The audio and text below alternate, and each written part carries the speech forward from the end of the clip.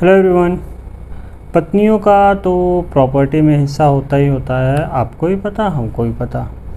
विधवाओं का भी हिस्सा होता है, पर क्या एक वैध पुनर्विवाह के बाद एक विधवा अपने पिछले पति की विरासत में जो संपत्तियां प्राप्त होती हैं उसमें उत्तराधिकारी होगी या नहीं होगी?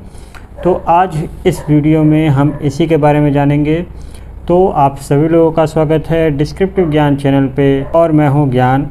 तो अगर आप इस चैनल पे पहली बार आ रहे हैं तो इसे सब्सक्राइब करना मत भूलिएगा, लाइक कीजिएगा वीडियो पसंद आए, और दोस्तों के साथ शेयर भी कर सकते हैं।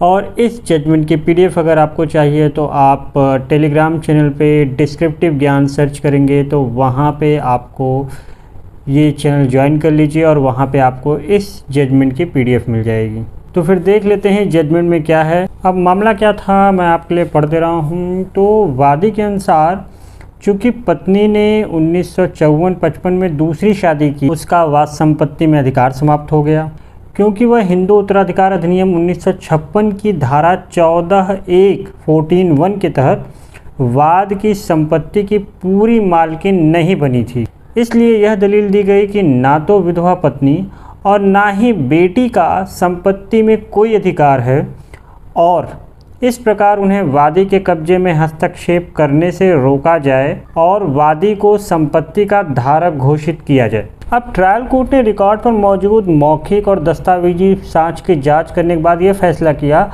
कि विधवा ने पहले 1954-55 में दूसरी शादी कर ली, और इस तरह वह भरण पोषण के लिए केवल 5 खंडी भूमि की हकदार होगी।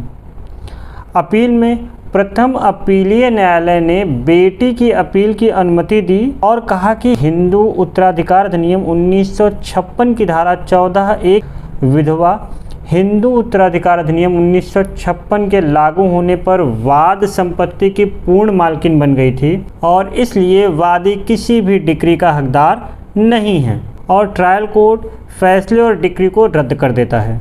अब मामले को तथ्य को देखते हुए न्यायालय ने कहा कि विधवा पत्नी हिंदू उत्तराधिकार 1956 के लागू होने के बाद भी वाद की भूमि की भौतिक स्थिति पर बनी हुई है, और उसका सीमित अधिकार यदि कोई हो हिंदू उत्तराधिकार 1956 की धारा 14(1) की तरह पूर्ण स्वामित्व में परिपक्व हो गया है।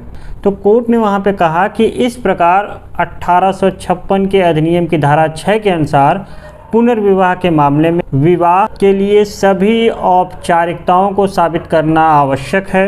अपेक्षित धार्मिक समारोह के पर्याप्त प्रदर्शन के बिना किसी भी रूप में कोई वैध विवाह नहीं हो सकता। समारोह का प्रदर्शन इसलिए शादी को पूरा करने के लिए ज़रूरी है। कोर्ट ने आगे कहा कि पुनर्विवाह का प्रभाव यह होगा कि विधवा अपनी पति से विरासत में मिली संपत्ति में, जिससे संपत्ति का अधिकार जो एक संवैधानिक अधिकार है, वह भी विधवा खो देती है। तो इन सारे ग्राउंड को देखते हुए छत्तीसगढ़ उच्च न्यायालय ने माना कि विधवा अपने पिछले पति से प्राप्त विरासत की संपत्ति में अपने अधिकार को खो देती है। इसका मतलब यह है कि वैध पुनर्विवाह के बाद जो पत्नी हैं वो अपने जो पिछले पति हैं उनके विरासत से प्राप्त संपत्ति में अपना अधिकार हमेशा के लिए खो देती है। ये कहना है ऑनरेबल छत्तीसगढ़ हाई कोर्ट का। तो ये था इस जजमेंट में। तो अगर ये वीडियो आपको पसंद आई हो तो लाइक कीजिएगा, चैनल को सब्सक्राइब ज़रूर कीजिएगा, और फिर मिलते हैं अगले वीडियो में। जय हिंद।